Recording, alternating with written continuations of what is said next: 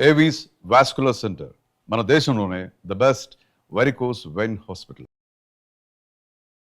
ఓం మహాగణాధిపతయే నమః. ఓం గురుభ్యో నమః. ఓం శ్రీమాత్రే నమః. అరుణాం కరుణాతరంగితాక్షీం ధృతపాశాంకుశపుష్పబాణచాపాం అనిమాదిభిరావృతాం మయూకైః అహమిత్యేవ విభావయే భవానీం. శ్రీమాత్రే నమః. ప్రేక్షకులకి ఆ లలితాంబిక అమ్మవారి యొక్క అనుగ్రహం పరిపూర్ణంగా కలగాలని మనస్ఫూర్తిగా కోరుకుంటూ మనం ఈరోజు ఈ యొక్క మాసంలో అంటే ఈ యొక్క సెప్టెంబర్ మాసంలో 17వ తేదీ నుంచి రవి కన్యారాశిలోకి, అలాగే బుధుడు 14వ తేదీ నుంచి అక్కడికి మారి రవి బుధుల యొక్క కలయిక 17వ తేదీ నుంచి ఒక నెల రోజుల పాటు, అంటే దాదాపుగా ఒక 25 రోజుల పాటు అయితే ఖచ్చితంగా ఉంటుంది అక్కడ కలయిక. ఈ కలయిక మూలంగా ఎటువంటి ఫలితాలు వస్తాయి? 3వ తేదీకి సంథింగ్ బుధుడు మారిపోతున్నాడు. నెక్స్ట్ మంత్ 17వ వరకు కూడా, 16వ తేదీ వరకు కూడా రవి అక్కడే ఉంటాడు కన్యారాశిలో. వీటి మూలంగా కలిగేటువంటి ఫలితములు ఏమిటి? ఈ బుధాదిత్య యోగం గోచారంలో కలిగినప్పుడు గోచార బలం ఏ ఏ లగ్నాల వారికి ఏ రకంగా కలుగుతుంది? మరియు చాలామంది అనుకుంటుంటారు, ఏమంటే మాకు పలానా యోగం ఉంది, గజకేసరి యోగం ఉంది, బుధాదిత్య యోగం ఉంది, లేనట్లయితే హంస యోగం ఉంది, పంచమహాపురుష యోగాలు, అద్భుతమైన యోగాలు ఉన్నాయన్నారు. అసలు ఇవి ఎందుకు, ఎప్పుడు పనిచేస్తాయి? ఇవి ఉన్నా కూడా ఫ్రూట్ఫుల్ అవ్వకపోవడానికి కారణం ఏంటి? ఫ్రూట్ఫుల్ అవ్వాలంటే ఏం చేసుకోవాలనేటువంటి అంశాలు కూడా నేను చెప్తాను. వీడియో పూర్తిగా వినండి. అయితే ఈ విషయాలు చెప్తుంది నేనైనప్పటికీ కూడా చెప్పిస్తుంది సాక్షాత్ లలిత అమ్మవారిగా భావిస్తూ ఒక్కొక్క లగ్నం గురించి, లగ్నం తెలియని వారి రాశి నుంచి తెలుసుకుందాం. మేషం వారికి ఈ బుధుడు రవి కలిసి 17వ తేదీ నుంచి 6వ స్థానంలో ఉన్నందుకు మీకు కలిగేటువంటి ఫలితాలు ప్రధానంగా ఇక్కడ 6వ స్థానం అనేటువంటిది మేషం వారికి అది పూర్వజన్మ కర్మస్థానం.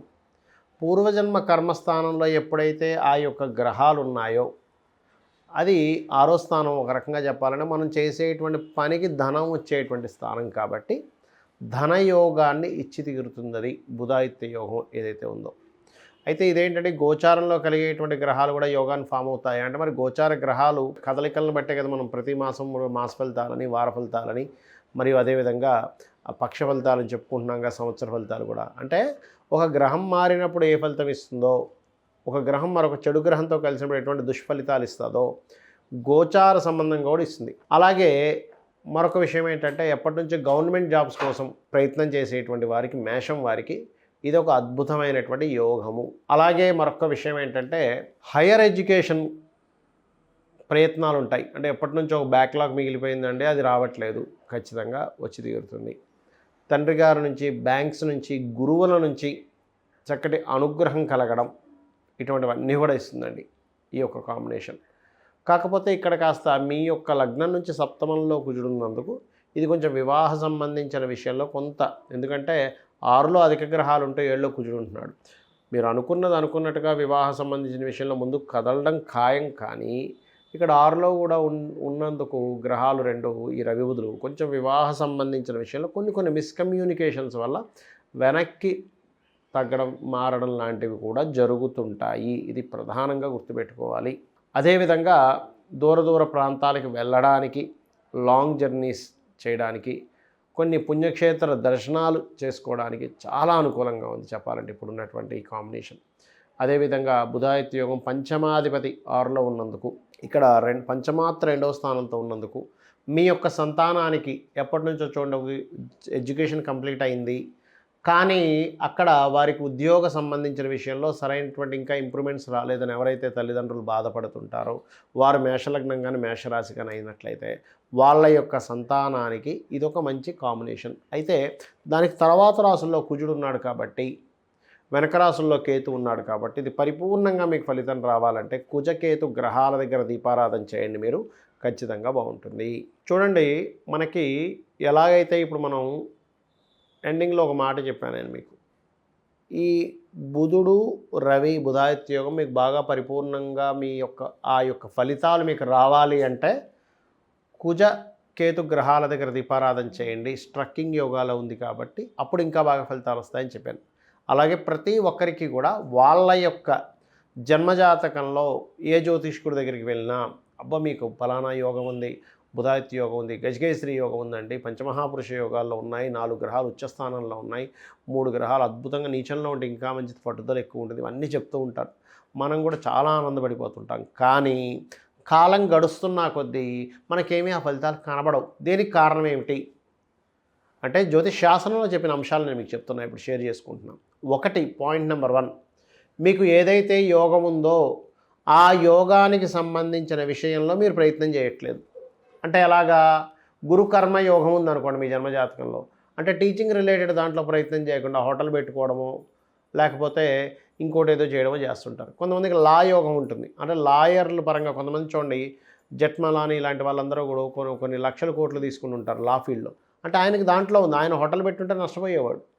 అలా ఏంటంటే మీకు అసలు ఆ యోగం ఏ ప్రొఫెషన్గా ధనయోగం ఇస్తుంది, లేకపోతే ఎందులోకి వెళ్తే మీకు గుర్తింపునిస్తుంది. ఇక్కడ ఏమిటంటే ఒకటి మనకి ధనము, గుర్తింపు, మోక్షము, ధర్మార్థ కామ్య మోక్షాల్లో ఏమిస్తుంది అసలు మీకు? అది అర్థమిస్తుందా? ధర్మంగా బ్రతుకుతున్నాడని ఒక పేరు ఇస్తుందా? కామ్యం మీ కోరిక నెరవేరేలా చేస్తుందా? మోక్షాన్ని ఇస్తుందా? మోక్షం ఇవ్వడం కూడా చాలా గొప్పది అన్నిటికంటే కూడా. కాబట్టి ఇక్కడ మనం ఏంటంటే ఒక యోగం ఉంది, ఉన్నప్పుడు అది ఎలా ఉందో తెలుసుకోగలగాలి. అది అసలు మన జీవితంలో వస్తుందా లేదా? బుధాదిత్య యోగం ఉందండి, కానీ ఆయనకి మహాదశ, బుధ మహద్దశ కానీ రవి మహద్దశ కానీ 90 ఏళ్ళ దాకా లేదనుకోండి, అప్పుడు పరిస్థితి ఏమిటి? ఏమంటే అంతర్దశలు వస్తాయి కదా. అసలు మహాదశ కనుక మీకు చిన్నప్పుడు అయిపోయినా ఎప్పుడో 80-90 ఏళ్ళకి వచ్చినా అది మీకు వేస్ట్. ఎందుకంటున్నానంటే ఆ మహాదశ రానిదే మీకు దాని ఫలితం రాదు. పాయింట్ నెంబర్ 1 గుర్తుపెట్టుకోండి. రెండవది, ఆ మహాదశ ఉంది, దానికి సంబంధించిన పని చేస్తున్నారా లేదా నేను మొదట్లో చెప్పినట్టుగా, అది ముఖ్యంగా గుర్తుపెట్టుకోవాలి. అంటే ఏమిటి? బుధాదిత్య యోగం ఉందండి, కానీ నేను గవర్నమెంట్ జాబ్ ట్రై చేయట్లేదు. ఎందుకు వస్తుంది మీకు గవర్నమెంట్ జాబ్? అది కర్మకారకుడు సంబంధం కలిగి ఉండి ధనయోగాన్ని ఇచ్చే దాంట్లో బుధాదిత్య యోగం ఉంటే అప్పుడు మీకు గవర్నమెంట్ జాబ్ వస్తుంది. ఆ గవర్నమెంట్ జాబ్ కూడా ఆ బుధాదిత్య యోగం ఎక్కడెక్కడ ఉండాలి ఎవరికైనా ఉంటే?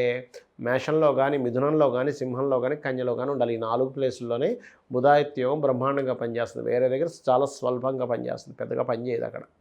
ఇది గుర్తుపెట్టుకోవాలి.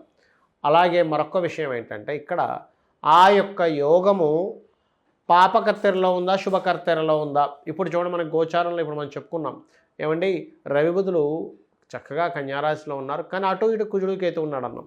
అంటే ఏమిటి? మనకు అక్కడ ఉన్నట్టే ఉంటుంది, కానీ తాళం వేసినట్టుగా ఉంటుంది. బాగా నాణాలు, ధనము, గోల్డ్ అన్నీ ఉన్నాయండి, కానీ పెద్ద తాళం వేసింది, అది ఎరగొట్టడం సాధ్యం కావట్లేదండి. అలా ఉంటుంది పరిస్థితి. అంటే మా తాతగారు ఆస్తుందండి, కానీ ఆ తాతగారు ఆస్తి కబ్జాలో ఉందండి, అది అమ్ముకోవడానికి లేదండి, ఆడెవడు కొనట్లేదండి, అలా ఉంటుంది పరిస్థితి.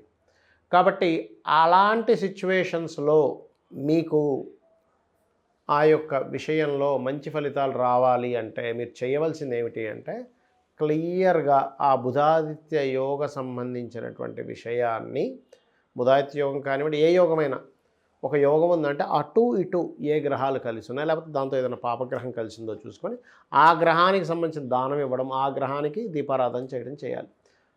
ఇప్పుడు రెండు గ్రహాలు ఉంటాయి, ఒక్కొక్కసారి రవి శని ఉంటాడు మధ్యలో, అది పాపకర్తెర యోగం. అలాగే కుజుడు కేతువు, కుజుడు రవి, కుజుడు శని, లేకపోతే కుజుడు రాహువు, ఇలా 2 గ్రహాలు అటు ఇటు ఉంటాయి.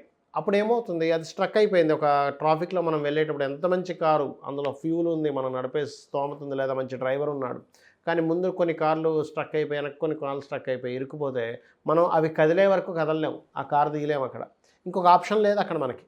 అలాగే బ్లాక్డ్ అంటారు దాన్ని, అంటే యోగం ఉంది బ్లాక్డ్, భాగ్యచక్ర అని కూడా అంటారు. అంటే మీకు యోగం ఉంది కానీ బ్లాక్ అయిపోయింది, ఆ గ్రహాల యొక్క కలయిక వల్ల ఇచ్చేటువంటిది. అలా ఇది ఏం చేస్తుందంటే ఈ బుధాదిత్య యోగం దేశకాల పరిస్థితులకు కూడా చూపిస్తుందండి గోచారం ఎప్పుడు కూడా. అంటే మనం చెప్పుకున్నాం గతంలో ఏమంటే ఈ సంవత్సరపు రాజు రవి అయ్యాడు, అక్కడ కేతు సంచారం జరుగుతుంది, ఇప్పుడు ఈ రాజు కూడా పాపకర్తెరలో ఉంటున్నాడు. అంటే ఏమిటి? వెరీ క్లియర్లీ ఈ రాజకీయ నాయకులకి వాళ్ళకి ఎక్కడో స్ట్రక్కింగ్ అయిపోయిన యోగం కూడా ఒకవైపు ఇస్తూ, ఇంకొక వైపు భూతత్వ రాశుల్లో రవి బుధులు ఉన్నారు కాబట్టి ఇప్పటి వరకు మనకి మొత్తం స్ట్రక్ అయిపోయి రియల్ ఎస్టేట్లో ముఖ్యంగా భూములకు సంబంధించిన విషయంలో ఆగిపోయినవి కొంచెం మూమెంట్ వచ్చే టైం నడుస్తుంది, గుర్తుపెట్టుకోండి. కాబట్టి మీరు చేయవలసింది ఏంటంటే మీ జన్మజాతకంలో ఈ బుధుడు, ఆదిత్యుడు, లేకపోతే ఇంకే మంచి గ్రహాల కాంబినేషన్ ఉన్నా, కొంతమంది చూడండి శుక్రుడు ఉచ్చస్థానంలో ఉన్నాడండి మీనంలో, కానీ ఏమవుతుంది మేషంలోని కుంభంలోనే 2 పాపగ్రహాలు పడి ఉంటాయి. లేదండి శని ఉచ్చస్థితిలో ఉన్నాడు తులలో, కానీ ఏమవుతుంది కన్యలోని వృశ్చికంలో 2 పాపగ్రహాలు ఉంటాయి. లేదా గురువు కర్కాటకంలో ఉన్నాడంటే అమోహం అద్భుతంగా సాగాలి, మరి ఏమిటి ఇలా ఉన్నాడంటే ఆ 2 పాపగ్రహాలు ఉంటాయి అటు ఇటు. లేదా మరో పాపగ్రహం కలిసినప్పుడు ఆ పాపగ్రహం నీచభంగ రాజయోగాన్ని చెందుతుంది. ఎలా అంటే కుజుడు ఉన్నాడు కర్కాటకంలో, గురువు పాడవుతాడు, కుజుడేమో మంచి స్థితికి వెళ్తాడు. అలా ఏంటంటే ఇప్పుడు ఇద్దరు వ్యక్తులు రూమ్లో ఉన్నారు. ఒక వ్యక్తి బాగా తాగుబోతూ, ఇంకో వ్యక్తి చాలా చక్కగా అన్ని జ్ఞానం పొందినవాడు. జ్ఞానం ఉన్నటువంటి వ్యక్తి దగ్గర ఈ తాగుబోతు కొంత జ్ఞానాన్ని పొందుతాడు. నా ఉద్దేశం ఏంటంటే వ్యసన పరులు బాగా ఎప్పుడో ఒకసారి తీసుకునే వాళ్ళ సంగతి నేను మాట్లాడటం, నిత్యము తీసుకొని వాళ్ళ ఆరోగ్యాన్ని పాడు చేసుకుంటూ పక్క వాళ్ళ ఆరోగ్యాన్ని పాడు చేసే వాళ్ళ గురించి మాట్లాడుతున్నాను నేను. అలా ఉన్నప్పుడు ఏమవుతుంటుంది, ఆ యొక్క వ్యసన సంబంధించిన వీళ్ళకి కూడా కొంత అలవాటు అవ్వచ్చు. దాన్నే సాంగత్య దోషము అంటారు. ఈ సాంగత్య దోషం మనుషులకి పనిచేస్తుంది, గ్రహాలకి పనిచేస్తుంది. కాబట్టి ఇక్కడ మీరు గ్రహము ఏదైనా ఒక మంచి రిజల్ట్ ఇవ్వాలి అంటే మీరు అది ఏ గ్రహాలతో కలిసి ఉందో చూసుకోండి. అది ఒక్కొక్కసారి నీచభంగ రాజయోగాన్ని ఇస్తుంది. ఎలా అంటే ఒక అజ్ఞానం లేని వ్యక్తికి ఒక అజ్ఞానికి జ్ఞాని తోడైతే ఆ అజ్ఞాని కూడా జ్ఞానిగా మారినట్టే. నీచపడ్డ గ్రహం కూడా ఒక ఉచ్చగ్రహంతో ఉంటే దాన్నే నీచభంగ రాజయోగము అంటారు. సో ఇది మీకుండేటువంటి గ్రహాల యొక్క కాంబినేషన్ క్లియర్గా అబ్జర్వ్ చేసుకొని ఆ రకంగా చేసుకోండి, అన్ని విధాలు బాగుంటుంది. శ్రీమాత్రే నమః.